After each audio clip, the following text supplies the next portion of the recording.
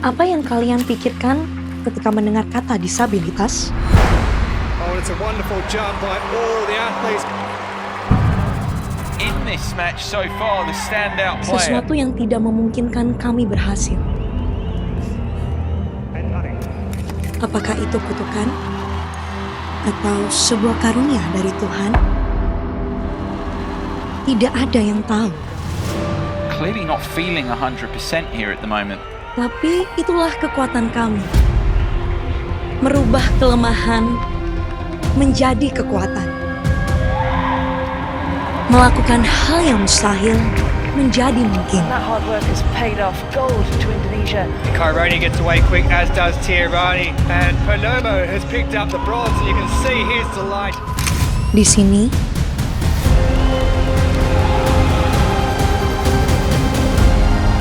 di panggung The ini, Paralympic gold medal to their world title. What a games for Indonesia.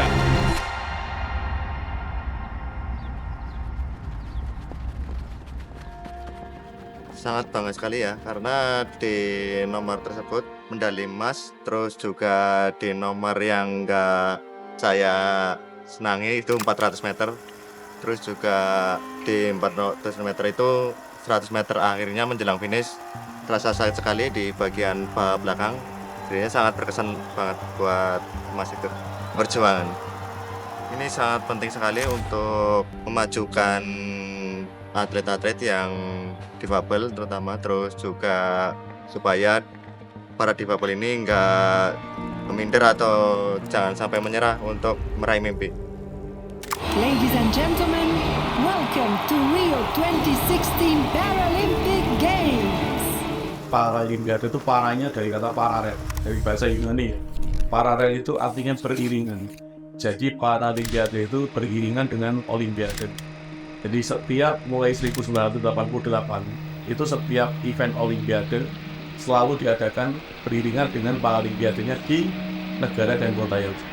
Jadi saat ini apalagi setelah Paralimpiade Tokyo ya, jadi event olahraga terbesar di dunia itu ada 3. Yang satu adalah Piala Dunia, yang kedua Olimpiade, yang ketiga adalah Paralimpiade. Bahkan kemarin waktu di Tokyo itu animo penonton malah lebih banyak ke Paralimpiade, karena selain ada nilai-nilai perjuangan, di situ juga ada nilai-nilai kesetaraan. Jadi Paralimpiade saat ini benar-benar sudah berdiri hampir setara dengan Olimpiade. Yang membedakan apa? Meskipun sama-sama untuk prestasi, yang satu adalah untuk atlet non-disabilitas, sementara Paralimpiade untuk atlet disabilitas. Ya, IPCMC itu satunya induk organisasi olahraga yang membina dan mengirimkan atlet-atlet penyandang disabilitas. Jadi kita adalah satu-satunya organisasi yang diakui oleh International Paralympic Committee. Akhirnya kita dibebaskan untuk membina, mencari, dan mengirimkan atlet-atlet tersebut ke ajang internasional, dan di level nasional kita punya tanggung jawab untuk melaksanakan Pekan Paralimpiade Nasional dan juga Kejurnas. Juga mengadakan Munas dan Rakernas, itu kewajiban kita di level nasional. Di level internasional kita harus ikut Paralimpiade dan ajang-ajang di bawahnya. Dugaan diskriminasi. Kasus pemerkosaan perempuan disabilitas. Remaja berseragam SMA melakukan perundungan terhadap remaja disabilitas. Penyandang disabilitas jadi korban penganiayaan. Diduga dirudung teman di sekolahnya. Tega melecehkan 2 penyandang disabilitas. Yang menganggap kita kutukan. Nah, hal-hal seperti itu kan ya masih berada di masyarakat kita ya. Gerakan advokasi difabel atau SIGAP, apa yang diperjuangkan? Jadi banyak yang masih ada stigma seperti itu.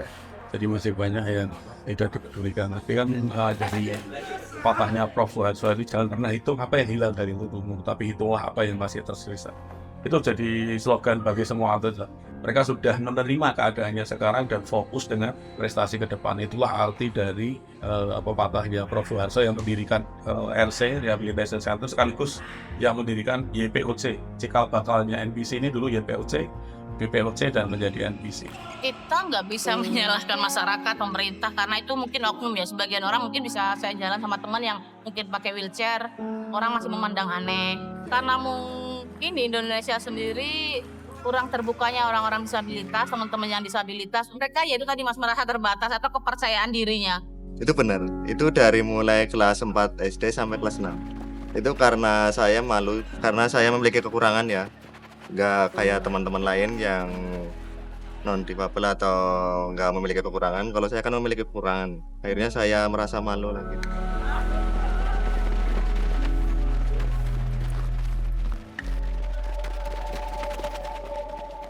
Titik paling terendah paling pas waktu sekolah ya, karena saya mungkin belum tahu bakat saya, terus juga jadi down-downnya itu sampai saya mau bunuh diri atau ya mengakhiri hidupnya lah.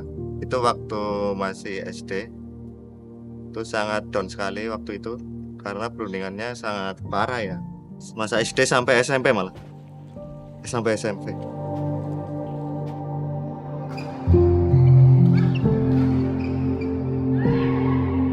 Awal mengenal badminton karena orang tua papa saya hobi olahraga, tapi bukan badminton. Papa saya itu hobinya sepak bola.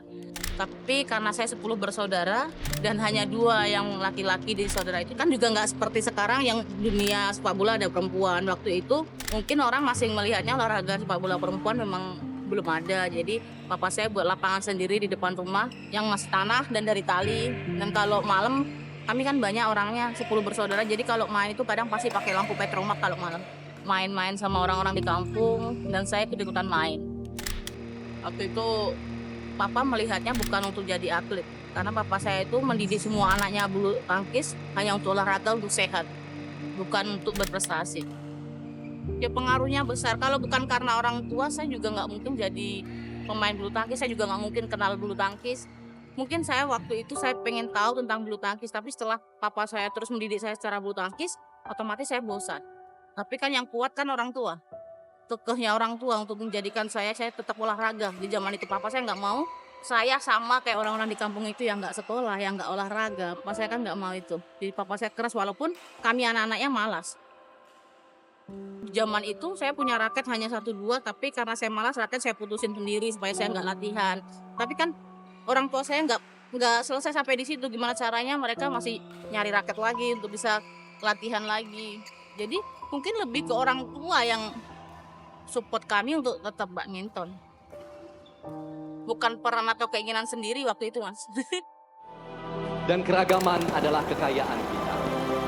Kita sempurna dalam Pancasila, sempurna dalam karya, sempurna dalam pengabdian, sempurna dalam perbedaan.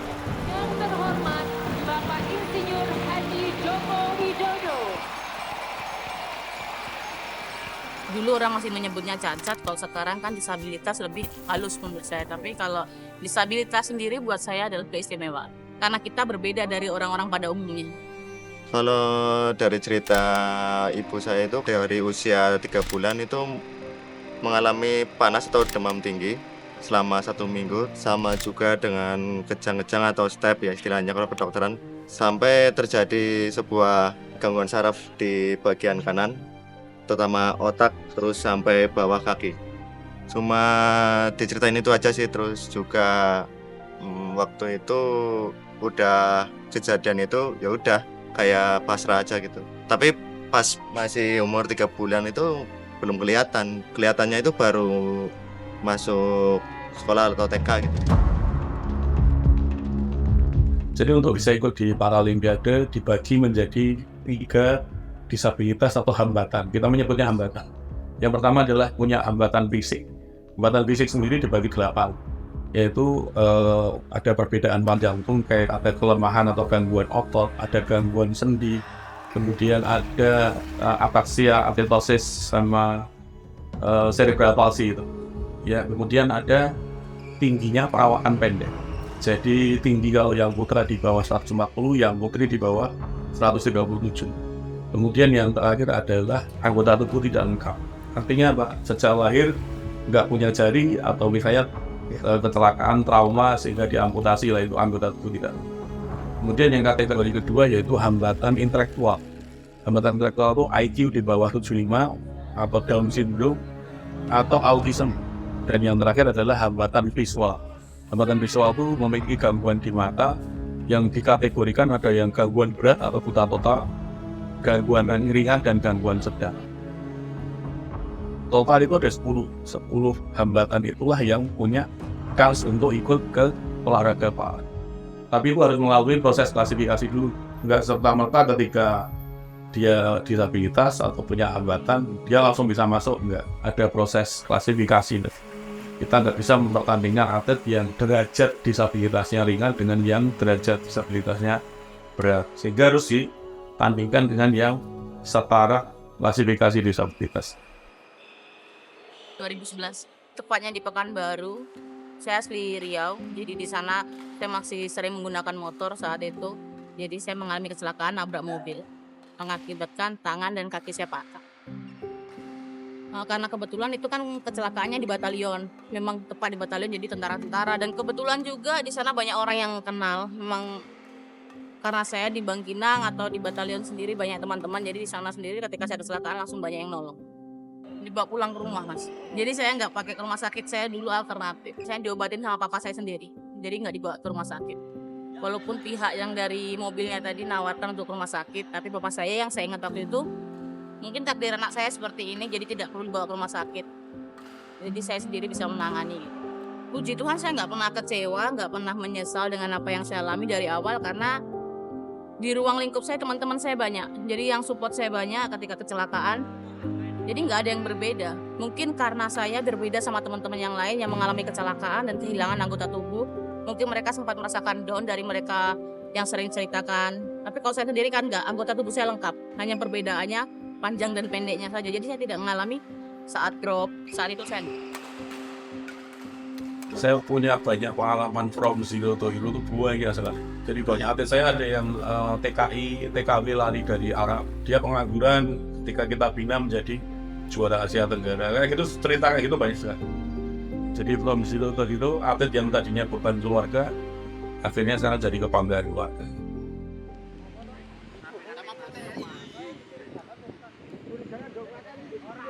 Kalau kehidupan seorang atlet itu enak iya, nggak enak iya gitu. Soalnya kan enaknya apa? Enaknya di mes atau makan udah ada, difasilitasi lah. Kalau untuk nggak enaknya paling latihan itu pasti ada capek, terus ada sakitnya juga gitu. Tapi itu harus dirasakan. Kalau nggak dirasakan berarti itu bukan atlet. Ya paling tujuannya itu biar atlet difabel atau orang difabel itu nggak dipandang sebelah mata ya sama orang non difabel. Soalnya kan non difabel kan biasanya memandang sebelah mata yang difabel, memiliki kelemahan atau kekurangan. Padahal ketika sudah terbiasa hal itu, mereka bisa bergabung dengan teman-teman disabilitas. Apalagi yang utama, yang sering saya tekankan sama teman-teman disabilitas adalah jangan lupa sekolah. Jangan karena sekolah itu tidak akses, terus kita nggak sekolah. Zaman sekarang kan sudah canggih, Mas, kita bisa sekolah online. Apalagi juga banyak sih sekarang sekolah, universitas yang bisa memang akses untuk teman-teman disabilitas, dan jangan lupa dimanfaatkan untuk itu. Nah, ketika teman-teman disabilitas ini mempunyai pendidikan, otomatis kepercayaan diri mereka juga pasti meningkat, dan mereka siap bergabung dengan teman-teman yang non disabilitas. Ya dulu di kita kan sudah inilah, dari ketika masuk ke sini, Pak Ketum, Pak Seniman pun itu sudah memberikan inilah arahan bahwa atlet disabilitas ini nggak bisa disamakan dengan yang non disabilitas. Jadi harus perlu ekstra kesabaran, ketekunan, keikhlasan itu harus diutamakan. Jadi apapun para pelatih itu harus mengutamakan atlet adalah atlet oriented. Jadi atlet itu yang utama, sementara mereka harus bisa mengakomodir lah bagaimana cara menangani atlet tersebut. Apalagi yang hambatan intelektual itu kan seperti IQ-nya seperti anak usia 4 tahun sampai 5 tahun. Iya, jadi dulu saya atlet tenis meja kan, kuliah saya kemudian jadi pengurus di UGM waktu itu. Kemudian waktu pulang ke Solo saya diminta Pak Ketum untuk jadi ketua panitia cabur tenis meja Asian Para Games 2011. Nah semenjak itu terus kemudian diminta untuk bantu bina. Nah akhirnya saya malah menemukan passion di situ, karena banyak yang atlet-atlet ketika saya bina itu gaji saya dipinjam sama mereka, dan mereka akhirnya ketika mereka juara dapat reward, dapat hadiah. Itu dulunya itu bahkan punya kendaraan saya nggak punya, sekarang mereka PNS, rumahnya bagus kayak, jadi gesingnya itu akhirnya bagus.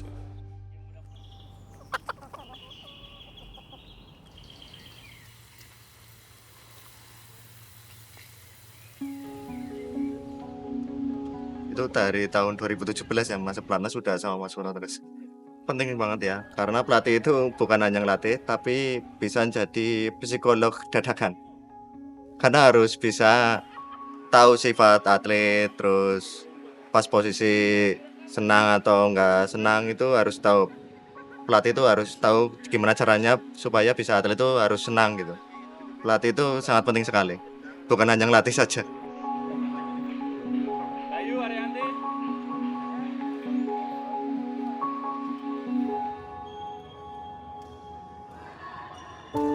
Titik terendah yang saya alami, tapi itu sebenarnya sudah berlalu pas di Asian Para Games 2018 di Jakarta. Belum itu saya persiapannya itu udah sangat, menurut saya udah sangat gigih. Saya bangun subuh, saya latihan duluan dibanding teman-teman yang lain. Saya latihan ke GOR, setelah itu saya masih lanjut ke gym. Sorenya saya masih berkegiatan, malamnya saya masih sparring partner. Itu saya alami selama 1 tahun menjelang Asian Para Games 2018. Karena impian saya mau menyembahkan medali emas untuk orang tua saya yang kebetulan eventnya di Jakarta. Dan orang tua saya langsung nonton. Dan itu tepatnya beberapa hari menjelang ulang tahun mama saya. Nah, waktu itu saya kalah sama Cina di single. Mungkin kalau di mix sama double waktu memang saya sering juara, tapi yang mama saya cuma bilang, kamu nanti harus menangnya di single ya nak. Mama pengen nengok kamu menang di single. Nah, pas ketika kalah itu yang saya alami, yang saya pikirkan waktu itu sampai saya didampingi psikolog, saya merasa kayak, ya Tuhan, aku tuh latihan udah sangat maksimal. Temanku masih tidur, aku udah bangun. Ketika saya pulang, teman sekamar saya itu udah tidur. Saya baru pulang. Jadi gitu hampir 1 tahun dan saya masih kalah. Jadi yang salah itu di mana, sampai saya tuh marah, pelatih, teman-teman support saya dibilang kamu udah sampai di titik ini tuh udah hebat. Tapi menurut saya itu enggak, saya udah berlatih semaksimal mungkin, tapi kenapa hasilnya nggak maksimal? Itu sih yang sempat buat saya kecewa beberapa saat.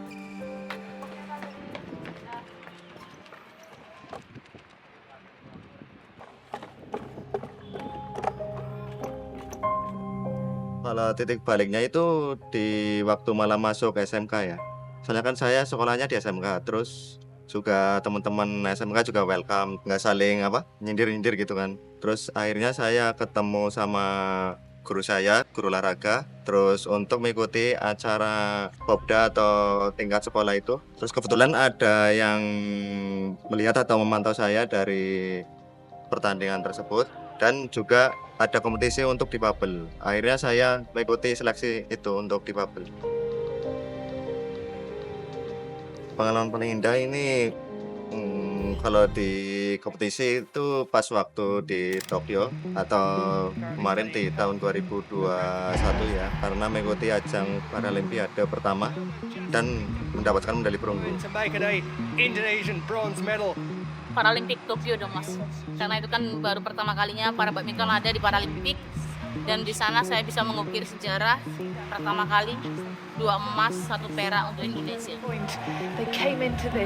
Ya, itu sih saat ini kan pemerintah lewat Undang-Undang Disabilitas Nomor 8 2016, Undang-Undang Olahraga 2022 Nomor 11 itu sudah kemudian menyetarakan pembinaan atlet disabilitas, menyetarakan penghargaan mereka. Jadi nggak usah khawatir. Jadi para atlet-atlet yang disabilitas ini masing-masing harus bisa mengoptimalkan apa bakat mereka, dan kalau memang ada bakat di olahraga harus dioptimalkan, karena sekarang menjadi salah satu pekerjaan yang menjanjikan. Saya punya teman staf susnya Pak Jokowi, Mbak Anggi Yudistian namanya, staf sus bidang sosial, beliau penyandang disabilitas juga, tunarungu.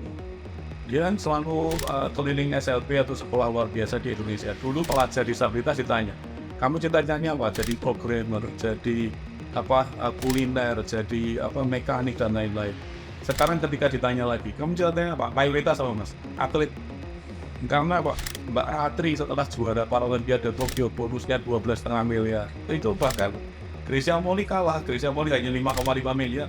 Jadi atlet tertinggi pemegang penghargaan dalam sejarah Indonesia itu atlet disabilitas, Leani Ratri Oktilan. Sehingga dengan cerita-cerita seperti itu harusnya penyandang disabilitas sekarang semangat untuk jadi atlet. Bahkan yang sekarang orang non disabilitas itu mencari-cari, wah ini tanganku agak bengkok sedikit, bisa ikut enggak ya? Saking awalnya seperti itu. Jadi sudah maju sekali lah kalau sekarang ya. Kita terima kasih pada Pak Jokowi dan perjuangannya Pak Sandy untuk membawa NBC level ini. Kalau saya ngelihat, karena teman-teman disabilitas itu kan berbeda-beda, jadi nggak semua bisa berbicara di media, dan kita bisa sama-sama tahu bahwa media di Indonesia itu saat ini nggak adil. untuk teman-teman yang disabilitas dan non disabilitas. Padahal teman-teman saya di sini mereka tidak kalah prestasi. Tapi bukan suatu tujuan untuk terkenal. Tapi maksud saya itu kita memotivasi atau menginspirasi teman-teman disabilitas di setiap daerah. Ketika kami berprestasi, kita bisa menginspirasi mereka bahwasanya terlahir disabilitas atau hidup disabilitas itu bukan sesuatu yang terbatas. Tapi kita masih bisa berkarya, berkontribusi. Kalau mimpi itu kayak impian ya, impian buat saya sendiri untuk kalau ada sesuatu yang saya suka harus saya capai. Karena mimpi itu bukan hanya untuk non-difabel ya, mimpi itu buat semua orang. Non-difabel punya mimpi, difabel juga punya mimpi. Walaupun di segi berbeda, ada yang segi mulai dari olahraga atau kesenian atau apa gitu. Karena mimpi itu banyak. Kalau mimpi atlet itu mesti selalu juara, jadi juara setinggi apapun levelnya. Tapi kan karena dulu di atlet non disabilitas kan tahu sendiri bahwa memang pembinaan nggak begitu bagus, terus kemudian fasilitas belum begitu bagus, sehingga ketika kita berkecimpung di olahraga disabilitas, kita ingin supaya atlet itu mendapatkan lingkungan yang terbaik. Jadi supaya mereka hanya fokus untuk jadi juara. Mereka udah nggak mikir gajinya apa, rumahnya berapa, mau apa. Mereka nggak mikir. Jadi kita fokusnya dari kita fokus sekarang adalah menciptakan environment paling bagus untuk atlet supaya mereka fokusnya cari prestasi setinggi-tingginya. Iya, makanya saya sendiri ketika ditanya impian kamu terbesar apa, saya pengen membangun sesuatu tapi bukan di tanah kelahiran saya, tapi mungkin di Solo. Karena Solo ini yang menemani saya berproses. Dari awal 2013 saya masuk di NPC, bukan hanya pelatih, bukan hanya staf, bukan hanya pemerintah pastinya, orang tua segala macam, tapi masyarakat Solo sendiri karena pelatnas pusatnya di Solo ini. Jadi teman-teman Solo ini berperan juga. Karena teman-teman di Solo, atlet-atlet di Solo, atlet-atlet non para disabilitas ini, mereka juga bantu kami sparring partner di sini. Jadi kalau kita bisa melihat kami latihan di sini itu banyak banget yang bantu, kayak teman-teman yang non disabilitas. And many historical moments also have happened, and it all happened here in our games. Thank you for being the real inspiring spirit and energy of Asia. We'll continue to guard the athlete's spirit torch so it will always live. Pejuang untuk Indonesia adalah mungkin proses untuk mengharumkan nama bangsa Indonesia. Karena saya bisa berkontribusinya melalui olahraga. Mungkin kalau saya seorang akademik, saya pengen berjuang sebagai polisi, tentara, atau segala macam. Tapi kalau saya di sini kan sebagai atlet, jadi saya berkontribusinya prestasi.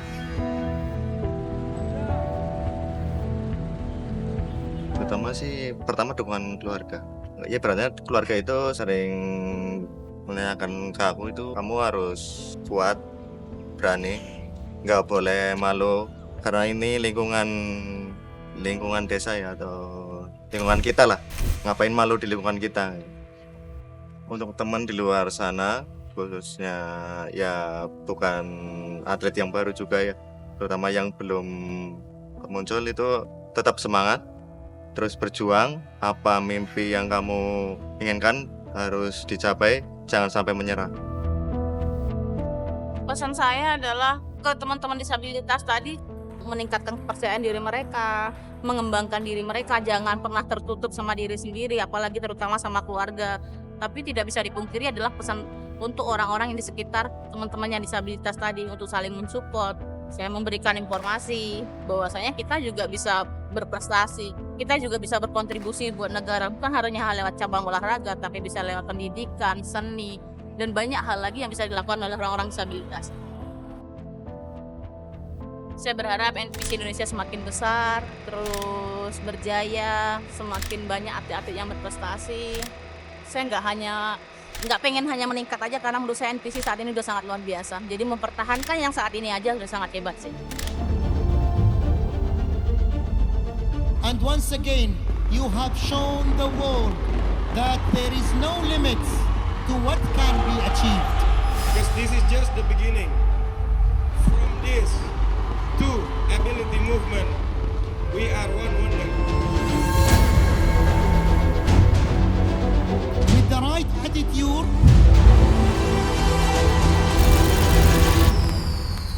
everything is possible.